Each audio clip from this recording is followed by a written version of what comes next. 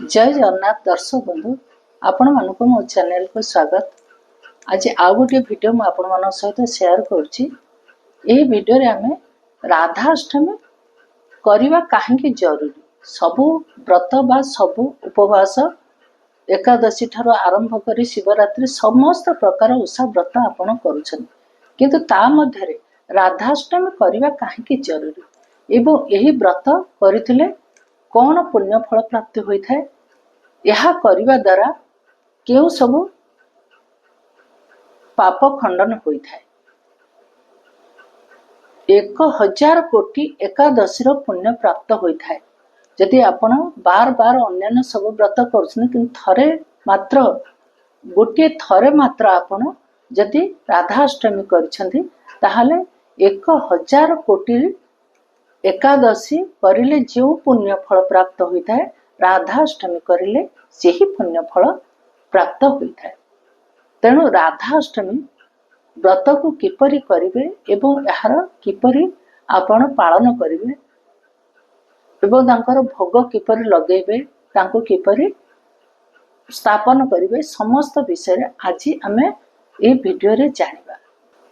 दर्शक बंधु चलंतु वीडियोटी आरंभ करिबा। नारद मुनि थरे ब्रह्मा को पचारि तांकर ब्रह्मा होउछन्ती पिता, तेणु ब्रह्मा को से पचारि पिताश्री किपरि मर्त्य मंडल रे जो नर नारी रहिछन्ती समस्त पापरु मुक्ति पाइबा को हेले केउ व्रत करिले ए सब पापरु नष्ट हो जाय थाए एवं समस्त जहा किछि फूल बा जहा किछि पाप बा अधर्मरु रक्षा मिलता है क्यों व्रत करिले। ब्रह्मा नारद मुनि को कहिथिले मर्त्य मंडल रे हेउ बा समस्त नर नारी माने जदि सबु व्रत करूछन्ती सारा जीवन जाक, किंतु गोटे थर मात्र जदि राधाष्टमी करिवो ताले समस्त पाप नष्ट हो जाय थाए एवं परिशेष रे गोलोक धाम रे बा दिव्य धाम रे स्थान पाई थांती, जेउठारे कि श्रीहरि विष्णु विराजमान होता। व्रत किपरि करिवे? राधाष्टमी दिन से दिन सकाळ आपण स्नान शौचादि कर सारला परे सूर्य को अर्घ्य दे सारला परे आपणकर घरे राधा को से दिन मध्य आपण पंचामृत रे स्नान करंतु। राधा कृष्ण जुगल मूर्ति की आपण स्नान करंतु। केवल राधा को पूजा करा जाए ना, जेतेबेले पूजा करा जाए राधा कृष्ण उभय को पूजा करा जाए। राधा होउछन्ती कृष्णकर स्वरूप एवं कृष्ण होउछन्ती राधाकर स्वरूप, तेणु उभय को पूजा करा जाए। जेपर कि जन्माष्टमी रे मध्य राधा कृष्ण उभय को पूजा करा जाय थाए, सेमती राधाष्टमी रे मध्य राधा कृष्ण उभय को पंचामृत रे स्नान करे बा अभिषेक करे, तापर तांको विभिन्न नूतन वस्त्र परिधान करा जाय थाए, ता सहित तांको श्रृंगार करा जाय थाए।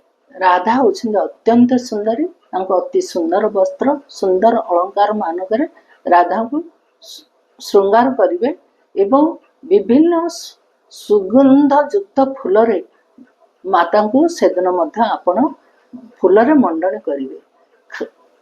खाली फूल देले चलिबो नाही, जे गुडी सुगंधित फूल से फूल श्री राधा को अर्पण करा जाय थाए। से दिन तांकर गोटे आस्थान तैयार करंतु, जे आस्थान उपरे आपण हळदिया कपड़ा बा नाली रंगर कपड़ा बिछांतु एवं तापरे राधा कृष्ण जुगल मूर्ति की बसंतु, किंबा लड्डू गोपाल रखिछन्ती बसंतु एवं राधा रानी की मध्य स्थापन करंतु। अभिषेक कर सारला परे विभिन्न सुंदर वस्त्र रे तांको पिंधे दियंतु एवं तांको विभिन्न अलंकार खंजिकर अति सौंदर्य भाव तांको मंडन करंतु। तांको पाखरे माँ राधा रानी कर विभिन्न प्रकार भोग लगी होता है। से विशेषत भाव फलमूल तांकर हला दही एवं मालपुआ, ता सहित सबु किछि तांकर विभिन्न प्रकार सुंदर सुंदर व्यंजन रांधि करी राधाराणी को भोग लगा जाए कारण माँ निजे विभिन्न प्रकार व्यंजन रांधि था ठाकुर 56 भोग प्रस्तुत करि विभिन्न प्रकार मिठा एवं सबु प्रकार व्यंजन रांधि ठाकुर अर्पण करि तेणु पूजा रे विभिन्न प्रकार व्यंजन रांधि राधाराणी को पूजा करा जाए। जन्माष्टमी रे प्रभु श्रीकृष्ण मध्यरात्रि रे प्रकट होते राति 12टार से परी राधाष्टमी रे राधा श्री राधा मध्य उदय तिथि अनुसार बा उदय सूर्य उदय पर तांकर प्रकट होइथला।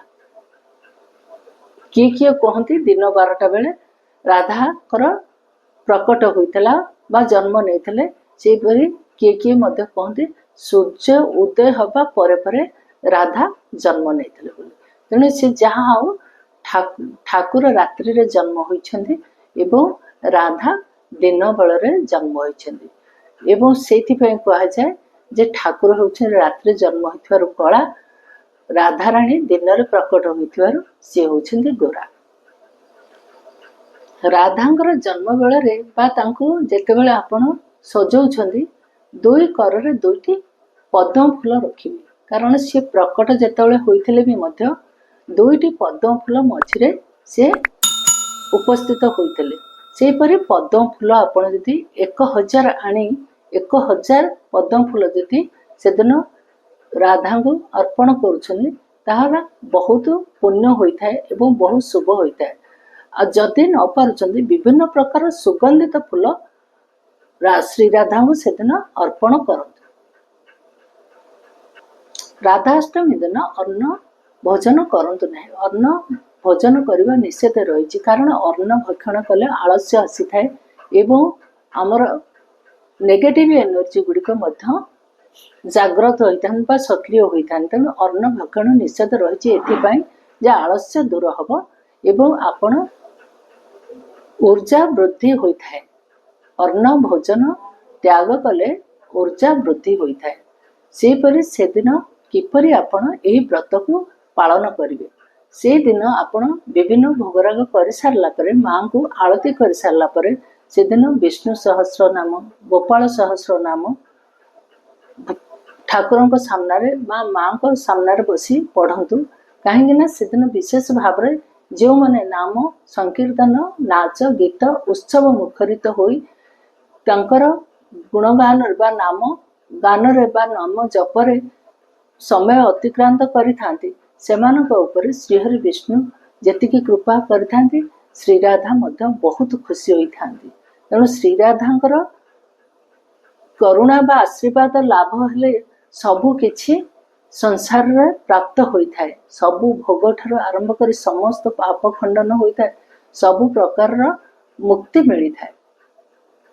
राधाष्टमी दिन रात्र जागरण रही ठाकुरंकर नाम जप करंतु जो श्री राधा बहुत प्रसन्न होइथांती ठाकुर नाम सुनिया सी जेपरि व्यग्र एवं ठाकुर मध्य श्री राधांकर नाम जप सुनिया व्यग्र तेणु से दिन ठाकुरंकर नाम जप करंतु श्री राधा सहस्र नाम करंतु एवं भजन कीर्तन नाच गीत रे उत्सव मुखरित होई सेन रात्र उजागर रही आपण ठाकुरंकर नाम जप करंतु गीता भागवत एवं मांकर 40 श्री राधा 40 बा राधा सहस्र नाम जप करंतु विष्णु सहस्र नाम जप करंतु।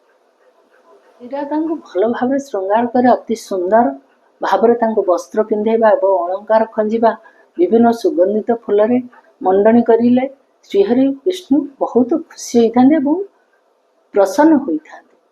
आसंतु जानिबा दर्शक बंधु राधाष्टमी कले केउ पुण्य फल मिली थाए 1000 कोटी एकादशी कले जो पुण्य फल प्राप्त होता है ताहा राधाष्टमी एक थरे मात्र कले से ही पुण्य फल प्राप्त हो। सुमेरु पर्वत सम स्वर्णदान कले जो पुण्य फल प्राप्ति होता है से ही परि पुण्य फल मध्य ए राधाष्टमी कले प्राप्त होता है। पुराण अनुसार गोटे कथा रही लीलावती बोले अति सौंदर्यमय नारीटे थिले। से बहु तांकर रूप पाई से बहु अपकर्म बा पाप करथिले।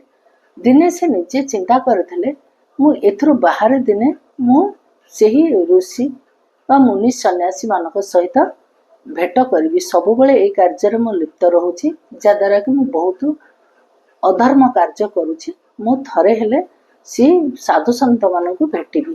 तेणु सी बाहर को बाहरी नगरीर बाहर को आसी मंदिर रे सुभिला राधाष्टमी रे उत्सव मुखरित साधु संत मानकर भजन कीर्तन नृत्य गीत सबु किछि शब्द तांका कान रे पड़ितला। तेणु से मंदिर आड़क जाइथिले। मंदिर रे जेतेबेले साधु संत को सहित पचारिथिले एहा राधाष्टमी व्रत बोली जानिथिले। एहार महिमा जानिया पय से साधु संत मानकु पचारि बुझिथिले एवं साधु संत माने कहिथिले जे जेते बड़ पापी होइथाउ बा जेते पाप कर्म करू किंतु राधाष्टमी व्रत कले यही पाप खंडन होगा सहित ताको मुक्ति मिली थाए एवं से परम धाम दिव्य धाम गोलोक धाम को प्राप्त होई थाए। सेही नारी लीलावती जेतेबेले मंदिर रे यही व्रत रखी घर को फेरुथिले सेतेबेले तांको गोटे सर्प दंशन करथिला एवं से मृत्यु वरण करथिले।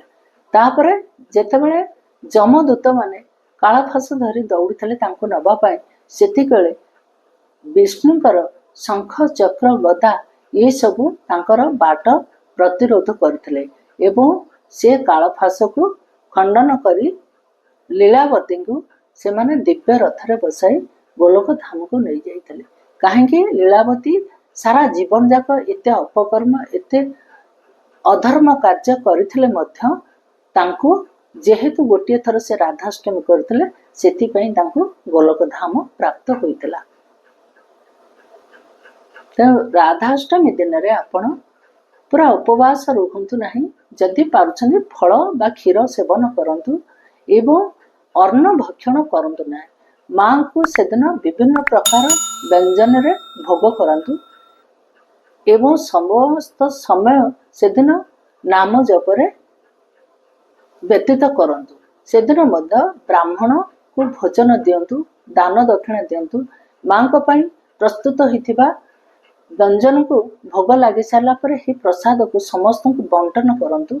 यह द्वारा बहु पुण्य अर्जन होई थाए एवं एही व्रत दिन रे दान धर्म करले बा नाम जप कले बहु पुण्य प्राप्त होई थाए एवं जहा को सेदिन आपण मंदिर रे हेउ बा घर भीतर बा हाउ पूजा प्रतिष्ठान रे हो आपणकर पूजा स्थल रे हो जो मन आसुनी जय श्री राधे जय श्री कृष्ण कहिकरी सेमानको स्वागत करंतु एवं पूजा रे समस्त मिली मिसी करी उत्सव मुखरित करी सारा रात्रि जागरण रही नाम जप करंतु।